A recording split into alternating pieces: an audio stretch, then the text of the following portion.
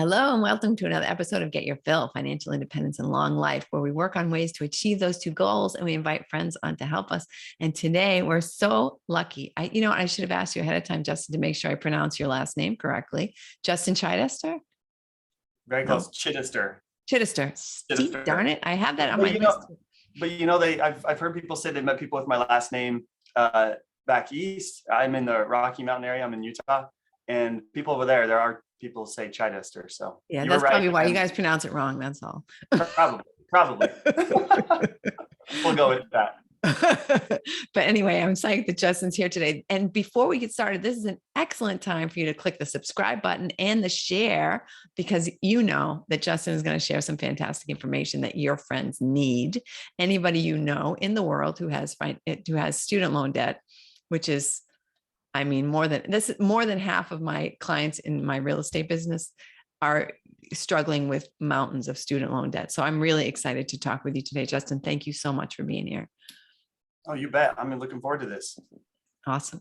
So tell me, did you always specialize in student loan debt? Tell me about how you got started in this industry. First of all, you don't have to go right to the cradle, but tell me what you were like as a person, growing up, and how you got into this personal finance world. And yeah, I think my journey there, actually, I'll just go back to when I was in college trying to figure out what I wanted to be when I grew up. I came from a family of counselors and therapists, actually. And so I actually was thinking I would become a marriage and family counselor. I started taking classes in that department, but I was required to take a personal finance class. In that same department was housed a family finance program, they called it, at Utah State University. That piqued my interest enough where I pivoted. I thought, I know I want to work with people in a one-on-one setting, and I thought maybe counseling and therapy might be the avenue for that. But then the personal finance stuff really tickled my fancy, and I thought, well, let's combine the two, and I'll head in this direction of being a financial planner or a counselor or something like that. So there's actually two programs that I went through. One was what we might call a financial planning program, and the other one was a financial counseling program. So there's some slight differences there. I was cross-trained in both, and had my eye on working in that space. I actually started my career as a financial counselor at a nonprofit. So this was in the early 2010s. And even though we were a few years removed from the mortgage crisis and Great Recession, it took a long time for us as an economy, as a nation, and as individuals to really climb out of that. People are totally still being impacted. Yeah, absolutely. It kind of is. Yeah. But even 4 or 5 years later, where I came in the picture, I basically got to work in this nonprofit where I would counsel and coach people for 1 to 2 years, people who had experienced bankruptcy, foreclosure, job loss, some kind of major event, usually tied, when we got back into people's stories, to the mortgage crisis and the Great Recession, but they had kind of started over financially. And so it was almost like a financial rehab program. I would counsel and coach them for 1 to 2 years, have a monthly meeting with them, and eventually help them into the goal of becoming homeowners again, building their credit, lowering their debt, all those personal finance basics to help them get back on that path. So that was very fulfilling. Loved that. I'd always kept my eye, though, on wanting to have a private practice and maybe a little bit more on what we might call the financial planning side of things. But my dilemma with that is, as I explored the financial advice space, it felt very, very conflicted. So most of the financial advice industry is really just sales. You're representing some insurance or investment company, and you're kind of torn. Even if you want to do what's best for people, you're torn between what your company wants you to do and what's going to make you money versus what's actually the best advice for someone. So that was problem number one. Problem number two is, even if I found the kind of financial planning firms that seemed like they did it right, they only worked with very wealthy clientele. And in my mind, and this was just naive, new professional Justin, and when I had chosen that in college, I thought, I'm sure being a private practice financial planner is it looks a lot like my grandpa's counseling and therapy practice. He just has this little office and people come in one-on-one, they pay for a service. And it dawned on me eventually, for whatever reason, it is not how that's typically done in financial advice. Again, you're either selling insurance products, managing investment assets, and that's how you make your compensation. That kind of restricts who you can serve and how much you can serve them. Well, luckily around that time, there was this movement sort of happening, and I'll kind of make an allusion to something that I think listeners should know. It's called the XY Planning Network. It's kind of a group of planners out there all separately who were kind of feeling the same way I did. And they thought, is there a way to change the way financial planning is typically done so that we could serve generations X and Y, serve more of the middle income market, make financial planning more accessible to more types of people. And so I kind of got on board with their philosophy for starting the business, eventually transitioned to private practice over about a 2-year period. So I phased out of my nonprofit job and built up my private practice. And now I've been full time at my private practice for 3.5 years. And the last leg of this journey, as far as getting to this student loan debt piece, is it's very important as a private practitioner to have a niche, specialize in some specific area of people or a certain kind of financial planning need. And around a year or two into my business, I started having some of my peers, people I grew up with, people I went to high school or college with, start to graduate from these high student loan debt professions. There's some of these professions, how the economics of it have developed over the last 2 to 3 decades, is that you just have to pull out a lot of student loan debt to become a physician or a healthcare worker, a lawyer, chiropractor, physical therapist. These are some of the most common professions. That $250,000 or more is not uncommon. And I know society looks at a lot of these professionals and they say, oh, people go into doing that because they just want to make a lot of money. They want to be rich or whatnot. But I have found that, there's some people that go into those professions because that's their primary motivation. But most of them, I would say 80% or more, it's just they love helping people. They have a human services heart. But then they have this student loan debt burden that, if you kind of look at the ratio of their debt to their income, they're not that much better off than you would think. So a generation ago, the doctor in the neighborhood made way more proportionally than all his or her neighbors, right? The economics of it now are that these professions don't actually earn proportionally as much more than the rest of the population as they used to. And yet they have this gigantic student loan debt burden.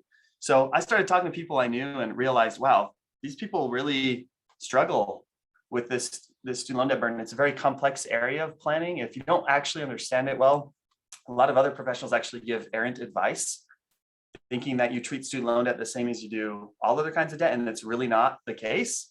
So I kind of made it my specialty. I actually, while I was in the nonprofit world, had some really good advanced training on student loans, and I thought, this is the area I want to work in. I'll get to work with people my age and life stage, and I do. They're all late 20s to mid 30s. They're all wanting to buy a home too, or start a family and figure out how they're going to work their entire financial picture around that student loan debt burden. And so we kind of go through a lot of detailed conversations to help people build a comprehensive plan around how they're going to balance debt payoff with still achieving financial independence, whatever that means to them. Because a lot of them feel like, honestly, that they can't. They're listening to great podcasts like this one, Christine, or reading great books and blogs, and they're saying, I want to be intentional with how I save for my future, but is that really possible for me anymore with student loan debt burden? And we help them look at the numbers and give them confidence that there is. It's a little complex and maybe the margins are a little tight, but we can make a plan to still have them do that.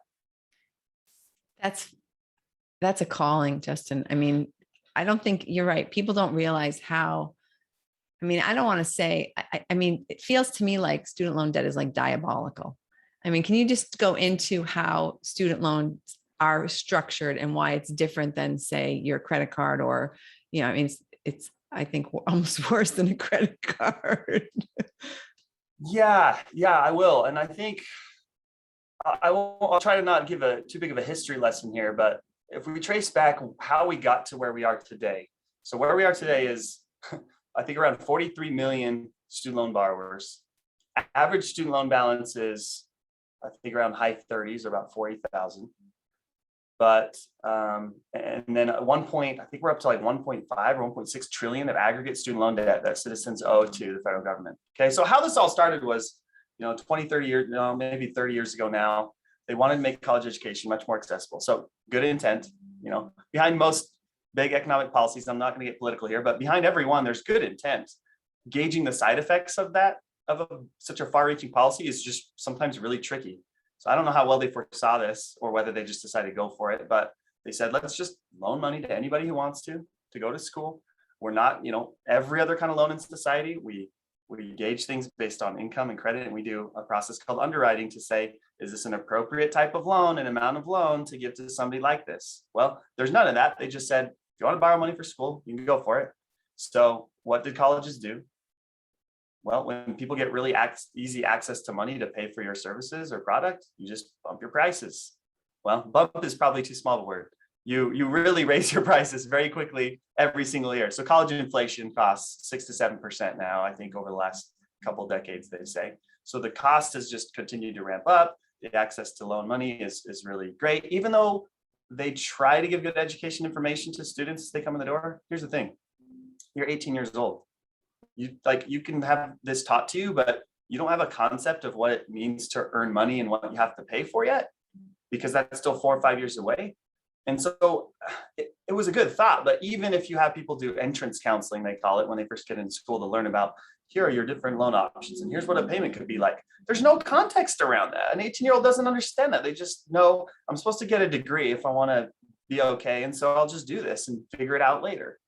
So, you just compound that happening year after year for 20 or 30 years in our country, and you get to where we are today, which is where school is super expensive. Wages have largely stagnated across society and across most industries and sectors. And the proportionate debt to income that people are ending school with is just a lot higher. Now, to speak to the other part of your question, Christine, about the potentially diabolical nature of student loans, I think what you're referring to is, when you first get out of school, they give you, you could make what's called the standard loan payment on your student loans, which is where if you don't opt into any other thing, the way your loan is structured, it's a 10-year loan. Just, make a level monthly payment for 10 years, pay back some principal and interest with each loan, just like most loans work. Our car loans work that way, mortgages work that way, right? But again, most people, when they get out of school, their first salary is not that high a lot of the time. And so it's very difficult to afford rent and food and transportation, everything, and still pay your full student loan. So full student loan on a 10-year plan, I want the listeners to think about 1% of your loan balance. So if you have $50,000 of student loans, $500 a month. That's pretty close. Depends on what interest rate you get, but that's a lot for someone on $50,000 a year. That's, more than 10% of your gross income going towards just the student loan payment. So because they know that that's become difficult as time has gone on, they've introduced all these income-driven repayment plans, they call them, where you can have your monthly payment on the student loans be based on your income level instead of what the full payment is supposed to be able to pay that off over 10 years. But there is a catch to doing that. Okay, what they do is they take your most recent tax return, which if you're a senior college student or something was maybe zero, or maybe you had a part-time job and you made 5 or 10 grand throughout the year. They run that income from your last tax return through a calculation and then decide what your monthly payment is going to be. So it's very common for people in the first year or two out of school for their payment to be zero or something really, really low. Well, if your full payment was supposed to be $500 a month, but you're told, hey, you only have to pay $50 a month. Well, what's going to happen is that $50 a month payment is not enough to even cover the interest that there should have been on that monthly payment on its normal structure. And so instead, what's going to happen is you're going to have something called unpaid interest. The government's not just going to say, hey, it's okay, make a $50 payment and we'll call it good. We'll count it as the full payment. That's not what's happening, right? What's happening is there's unpaid interest that then starts accruing. Okay, it's not compound interest, it's simple interest, which is good. This works in your favor. We like compound interest on our investments. We like simple interest on our debt, right? If possible. But that being said, a lot of people just jump into that as a band-aid solution. And maybe they just don't understand that they were going to have interest accrual. Interest accrual, in case this hasn't clicked for you, is just means your loan balance is now going up instead of being paid down. So where this becomes problematic to me is when someone does that as a short-term solution, but just isn't aware that their loan balance is actually going up. They're still going to have to pay that off at some point. But here's where we come in as the strategists. We look at each individual situation and we say, does it make sense for you to temporarily keep your payments low while you get your financial foundation built for the first 2-3 years, and then you'll go, whole hog on trying to pay those off? Or does it actually maybe make sense for you to take a long-term approach and intentionally shoot for one of the forgiveness programs? That's one of the last elements of the student loan piece. If you work for a nonprofit or in the public sector with the government, university, public schools, you can make payments for 10 years on one of those income driven plans. And then at the end of 10 years, have the rest of your student loans just wiped away, tax free. And in some cases, we run the math. It makes more sense for people to take that approach. Now that's very counterintuitive for some people, because everything you hear about, how do you manage debt in personal finance? It's like, lower the interest rate, refinance to a lower rate, make extra payments. You'll save a bunch of money that way. And that makes sense for every other kind of debt. But for student loans, you do actually need to consider if a long-term forgiveness program actually makes the most sense for you. We run math all the time where we say, hey, based on what you're making as a school teacher, or as, whatever you're doing, social worker, or even if you're higher income, the math is the same, because even though your income's higher, your debt's a lot higher too. So that the math often works out the same, where we say it makes sense for you to actually intentionally keep your payments as low as possible over time. And there's other financial and tax planning savvy ways you can keep your income lower on paper so that your payments are lower. And we tell people the aggregate payments you'll make will be less than what you owe. So do that, and then just have the rest forgiven after 10 years. Okay. For others, if you don't work in the public sector and you work in the private sector, you have to shoot for a 20-year, usually 20 or 25-year forgiveness program. Now that's really long and very hard psychologically for sometimes people to grasp, that they're going to intentionally keep paying on their debt for that long. Because at the end of that 20 or 25-year timeline, again, you get your student loans forgiven, but with one more catch, which is that they're going to charge you taxes on the amount that's forgiven if you're on one of those 20 or 25-year plans. But here's the interesting thing, and it just depends on your situation. Sometimes we run the math and people will still pay less over 20 to 25 years, including the tax bill, than they would if they tried to pay off their loans in full. So we don't blanket advice, give the same advice to every person. We look at the numbers individually and say, here's what it would look like if you went this route versus this route versus this route. Let's look at that in the context of your life and what your other goals are over the next few years and also long term. Let's also look at how much we anticipate you could save and invest for the future if you were to follow each of those routes. Let's look at each of those paths comprehensively. And usually when we paint that picture and talk about it deep enough with someone, they feel pretty confident about which way they want to head. So we kind of guide you to the answer that you feel like is best for you.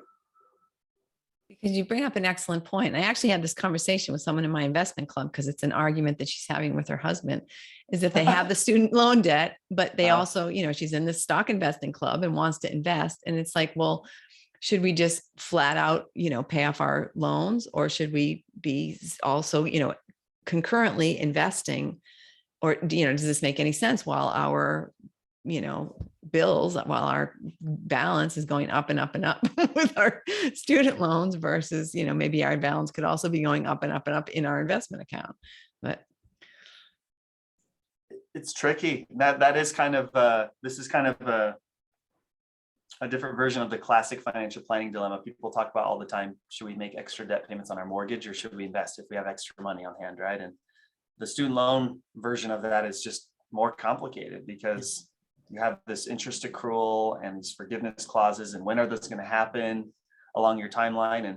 And we will run the math around that too. Again, I would say this is a good example of a financial planning question that does not have one right answer, right? I think people really have to take into account, I don't know, this is my word for it, but their debt tolerance or their debt preferences.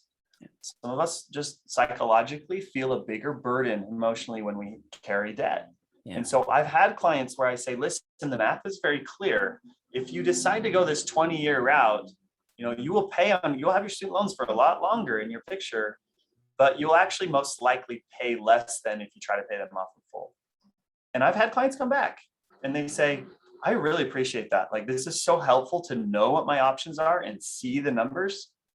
But the decision that feels best for me is to just still try to get these done with in about 10 years if I can. I just can't imagine holding on for 20 years. And that is totally fine. I don't respond to clients like that and say, well, I can't, I ran the numbers for you. I'm the expert. I can't believe you wouldn't, just follow the financially efficient way to do this.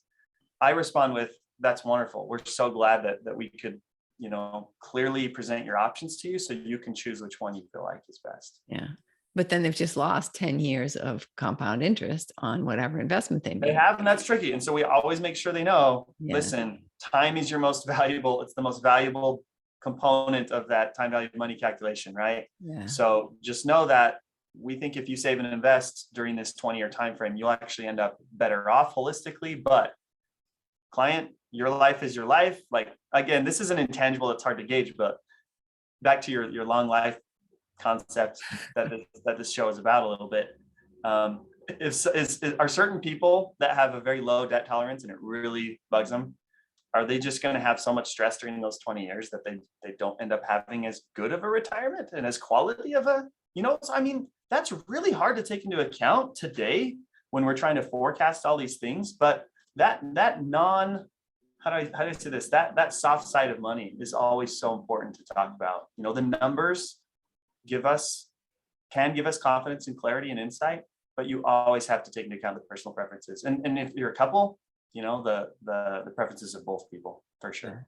Yeah, absolutely. But because the other part of that is, the mental aspect of wealth, right? If you are feeling like you're broke because you have to make this payment every month and it's interfering with your money mindset, then, right? That's talk about an intangible. I mean, how are you going to, but right. It is hard.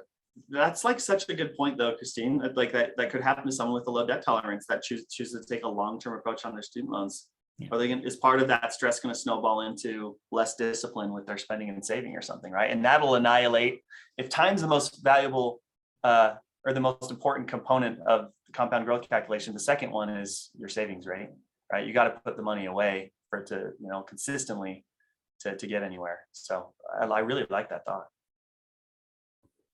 Yeah, it definitely has to do with, I mean, that's as you listen to the podcast, that a lot of the conversations about your mindset, how, if you think of yourself as poor, you make poor person decisions. If you think of yourself as wealthy, you make different type of decisions, right? And I was actually just chatting with somebody about this in the last podcast about the difference between buying a pair of sneakers and owning part of the company, right? That's an interview I did a long time ago with the baby billionaire stock investor who started very young, understanding like all my friends are buying sneakers, but I can buy Nike. I can buy the actual company. That's like, wow, and grasping that, right, is just totally a game changer. It is. So what would you tell people? I mean, what kind of advice do you give to like these people who feel like hopeless when they're just watching their balance going up every month? And another thing, my boyfriend's daughter actually has this challenge where it's not one student loan, right? It's a whole bunch of different little student loans. And what do you do with them all? How can you?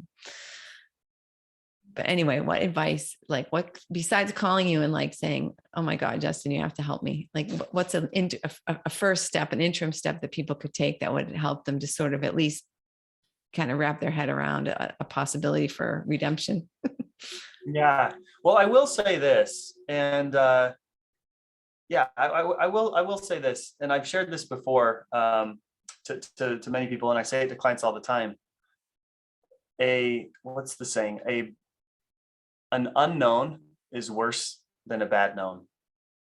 So part of the fear that in the burden you feel about your student loans is that your loan balance is going up and you just feel like that's going to be infinite. It's going to be part of your life forever. You're going to die with the student loans. I have people say they express it verbally in that way. And I'm like, that's like a deep thing. It's really wearing on you. But part of the ambiguity of not knowing how much you're going to pay when all is said and done and over how much time is what creates this big monster of a debt, right, in your mind. But the second you have a plan and you get all the numbers clearly that out in front of you, okay, sure, the best option among those still may not be something you would ever choose. But now that that's the best one, a very common thing that we hear people say is, I feel so much better just knowing that this is the best I can do with the student loans. And, when I see it next to these other ones you presented, I'm going to save so much money overall. So again, not to try to talk up my services or anything, but like, I've been surprised that I feel like when I first got into this specialty, if people had said, what's the biggest value that you could bring to someone? I would say it's to save the most money on their student loans. Now, if someone asked me that question, I would say the biggest value I bring to someone is the relief that they feel. And secondly, there's a lot of objective financial savings there, but having a plan, even if it ends up being an option that you never would have chosen in the first place, again, the unknown is worse than a bad known. So just identify what that is. And then from there, your attitude shifts about the student loans. You just say, hey, like part of the worst part of pain is like the anticipation and the fear of pain than just the pain itself. But once you finally just face it and you make the best of it, it actually doesn't have the same burden anymore.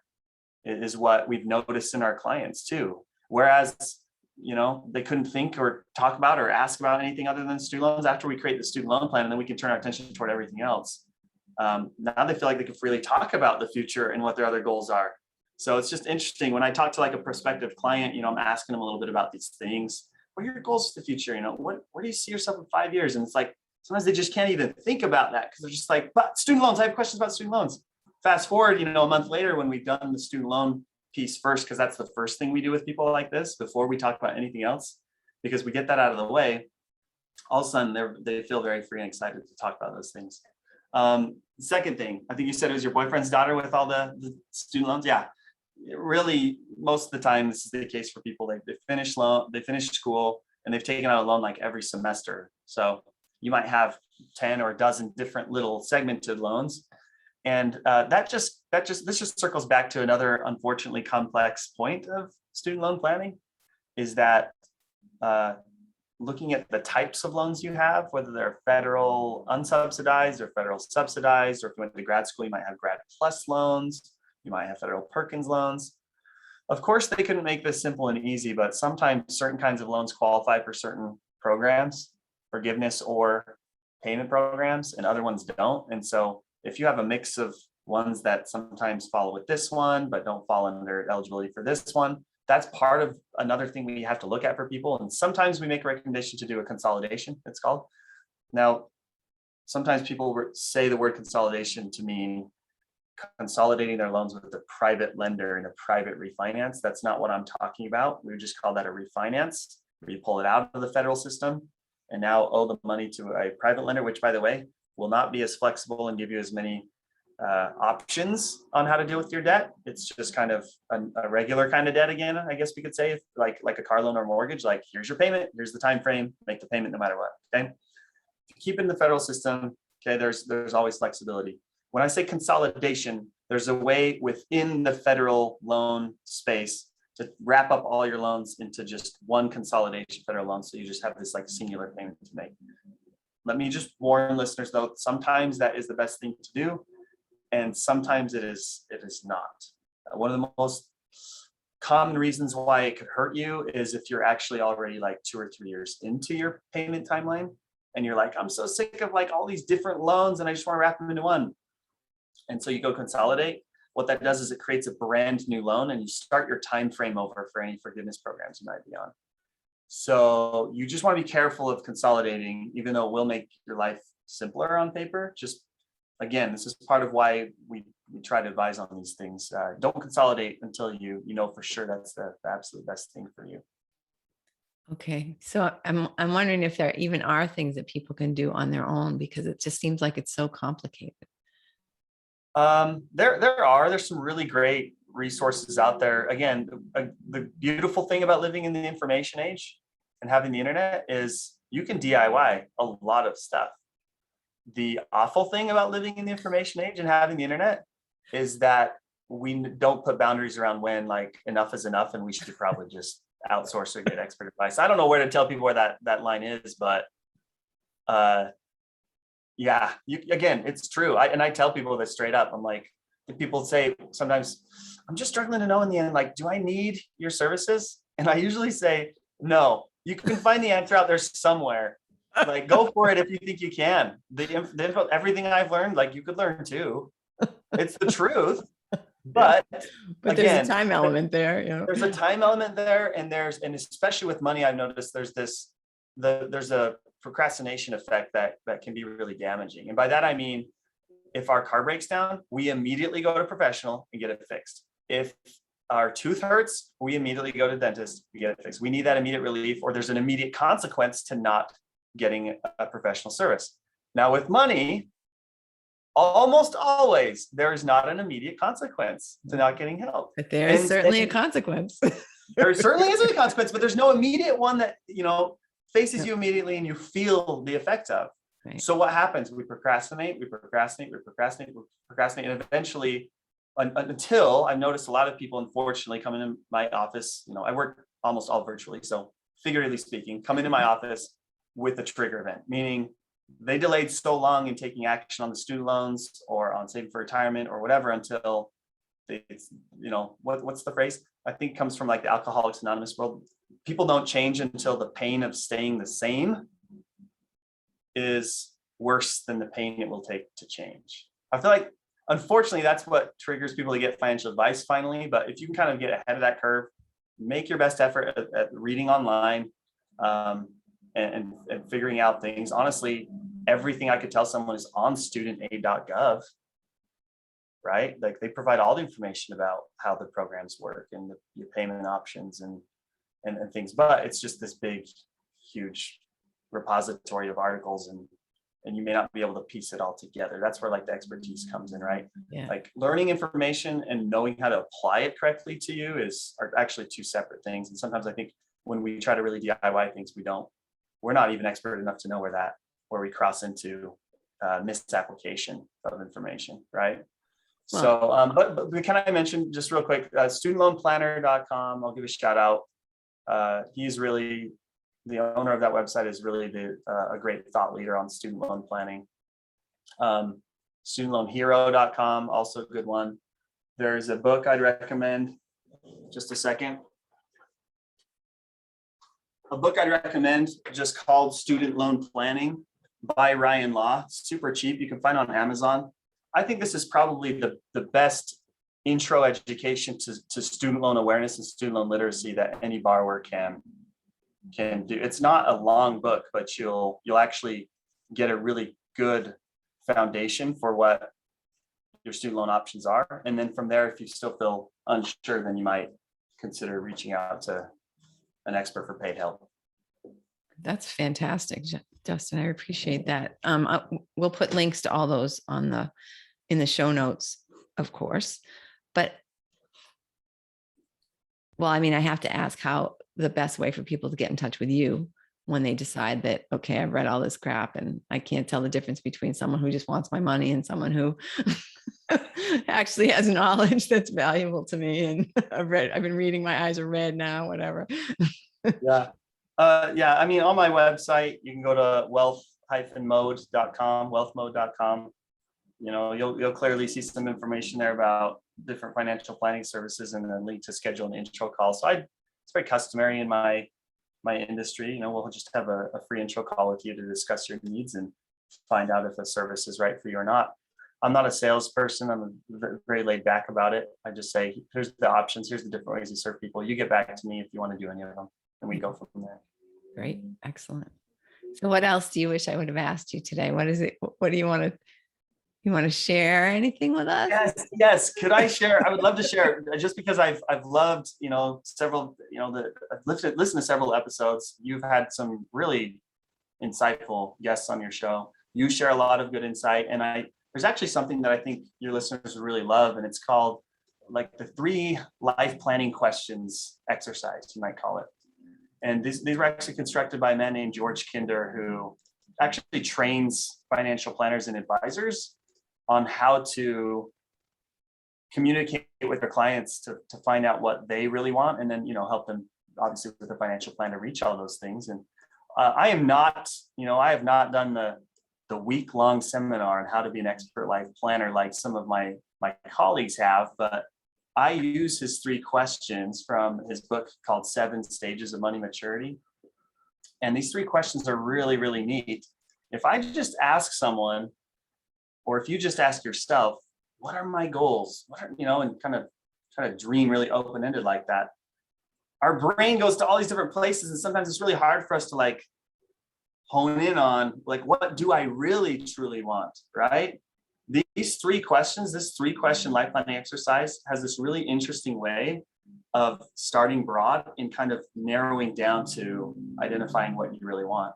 So these questions normally are verbally delivered to you by maybe a life coach or a financial advisor or something. I actually like to have my clients do it as a journaling exercise.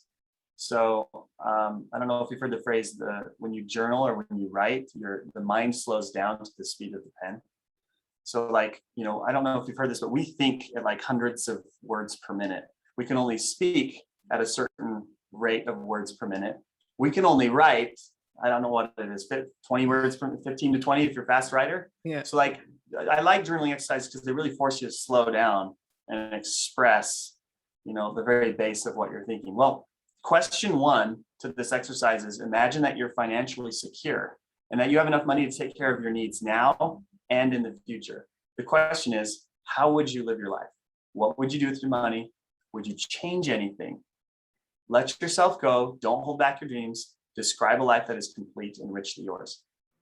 Very fun, right? This is like the dreamer question. Like, really, if you have enough money to do whatever, like, what would you do with your life? This is the financial independence, dream question that we get excited about. I can quit my job and what am I going to do, right? It's very broad. Question number 2 gets very interesting. It says, this time you visit your doctor who tells you that you have 5 to 10 years left to live. The good part is that you won't ever feel sick, but the bad news is you'll have no notice of the moment of your death. What will you do in the time you have remaining to live? Will you change your life, and how will you do it? This question is so fascinating. I find that when I use this with clients, this is the question where a lot of the really concrete goals come into place, because we can kind of imagine 5 to 10 years out. And it's long enough that we can change the direction of what we're doing today if we truly want to do something that we're not on track for. But it's short enough that it instills a sense of urgency that if you're not truly pursuing your best life, and you're not even, there's some part that's completely been neglected that you're not headed toward, then you'll go do it. And in fact, my best client story from this is I had, a client couple do this, and she said, what came through these questions was she had been a stay-at-home mom for several years and was thinking about a career change. And she said, I've always felt like my purpose was to be in healthcare. I liked caring for people. It was my dream to be a nurse when I was a little girl. And I just said, do you think you could do that in the next 5 to 10 years? And she said, well, you've been talking us through our finances a little bit, and it looks like we could. I mean, it'd be a sacrifice and it'd be a change. We have to figure out, what to do with the kids a little bit. Well, they contacted me a month later and they said, thank you. We need to stop your services.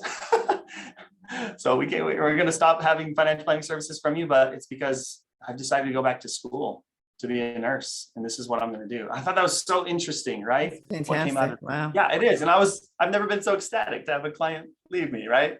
The best time that's ever happened, obviously. Well, so question 2 is really cool because it really starts to make the broad dreams come to a point. I mean, we can name all sorts of unbelievable things in question 1 that we may or may not achieve. Question 2 adds an element of realisticness to our goals, right? And then question 3 is, I call it the tearjerker. It's this time your doctor shocks you with the news that you have only 1 day left to live. Notice what feelings arise as you confront your very real mortality. Ask yourself, what dreams are left unfulfilled? What do I wish I had finished or had been? What do I wish I had done? And what did I miss? What would I do? And then I add, what would you do in the 1 day you have left? Woo! Okay, so like that really gets the emotions going. But what I like to do with that is I've had all kinds of interesting questions or answers come out of that question. I've had clients, and I tell clients, listen, you may have written some very personal things there that aren't financial planning related. You don't have to share those with me if you don't want to, but some have. They've freely shared. And I've heard things like, some of the biggest regrets that people have come out of this, and they've been around job, they've been around relationships. And those are the 2 main themes I see, is around what you're doing with so much of your life is your job, right? So many hours of your day. It's usually tied to job or relationships, I've found. So very common themes, even though everybody I talk to, such different backgrounds of, political background, faith background, socioeconomic background, the answers are all around the same things, right? It's your job and your relationship. So people have said things like, I just have one mom who said, if I had one day left, I would take my little girls to the park. It dawned on me when I was writing this that I haven't done that in a really long time because I've just gotten so busy with the daily grind. And she was kind of crying as she said it. And I was like, so then what I always tell clients is like, if you have something that you would say you would do if you only had one day left. And oftentimes the answer on that is a very simple thing. It's not like, oh, if I only had one day left, I would spend all my money to fly to da, da, da. I mean, sometimes I get an answer, but that's hardly ever what it is. It's always spending time with people you love. And sometimes it comes to some kind of specific way of doing that. And because I know that's a very common answer that comes out, I usually challenge my clients, will you do that before I see you again? And they always happily say, yes. And it's just this incredible question that slows you down. And it also makes you realize if you're neglecting something about your self-care in your life right now that is important to you, but you haven't done recently. And again, sometimes clients have made some pretty big life decisions having this question posed to them. I've had other people say, if I only had a day left, I would call my father. We haven't been on good speaking terms for years, and and I just, wow, I was not expecting when I first started using this exercise for these kind of things to come out, but it's amazing what these questions can do and the way they kind of hone your mind and your soul into, is what I'm doing today really matching what I want out of my life? Wow, that is so powerful. And now you see how your training and your life of thinking you were going to be a therapist and, doing how it all come together, right? I mean, so maybe I am a therapist at heart, even though I'm not trained. I don't know. It's not, finance is not all about the head, there has to be some component of the heart in there. Exactly. I agree. 100%. Well, what I've noticed in my own, when we make these goals, oh, what do you want? Oh, I want to make $10 million. Let's just say, well, how can you get excited about that? Right? Right. Okay, $10 million, okay, first of all, that's never going to happen. And if it does, it'll be like a shock. And second of all, what is that? What does that mean? Right? What does my life look like when I make, when my annual income is $10 million? What does my life look like? Well, right. I have nothing left to shoot for. I have no goals. I have nothing, right? I mean, what do I do all day? Right. Go to the casino. I mean, you see this. That's why I say that. I know it's totally true. More money than good sense. And they just don't know what the heck to do with themselves because they don't have anything to shoot for anymore. Yeah, it's true. And here's just my one thought about that. If you express your financial goals in terms of just hitting numerical benchmarks like that, then what happens is you're on a path of an insatiable appetite. So if you were to ever get to 10 million or whatnot, what's to stop you as you approach that to feel like that's not enough anymore? Why not just shoot for 15? Right. And so it's like, where does it end and what is it all for in the end, right? So yeah, you always have to put your really financial goals in terms, I'll just say this, the man who constructed these questions, he's I believe of the opinion there's no such thing really as financial planning, is what he tells all of us, room full of financial advisors. You guys all say, you all say you're financial planners. There's no such thing as financial planning. There's only life planning. That's what the money's for in the end. So yeah. It's a good thought. So true. So true. Awesome. Justin, this has been a real pleasure. I've appreciated it so much. Do you have anything in passing? I mean, in parting, anything in parting that you want to impart?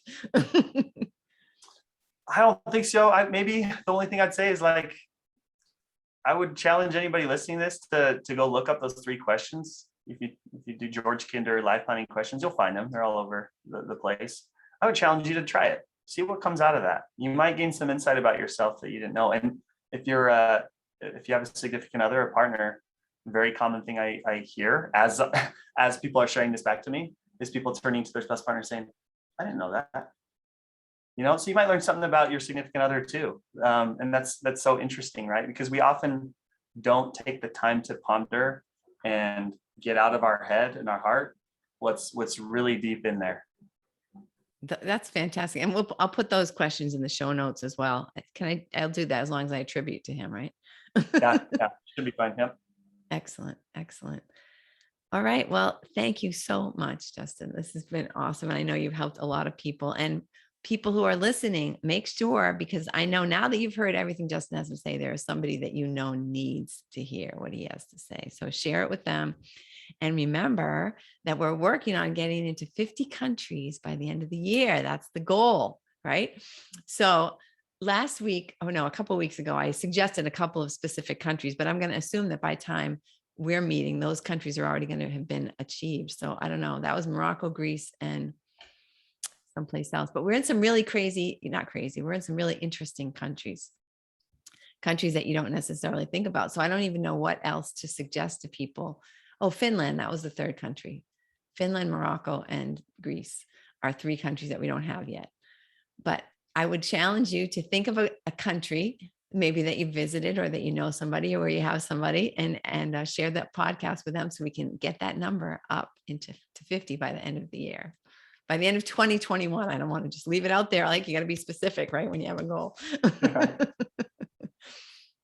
And that's it. Thanks so much for being with us, and we'll see you next week.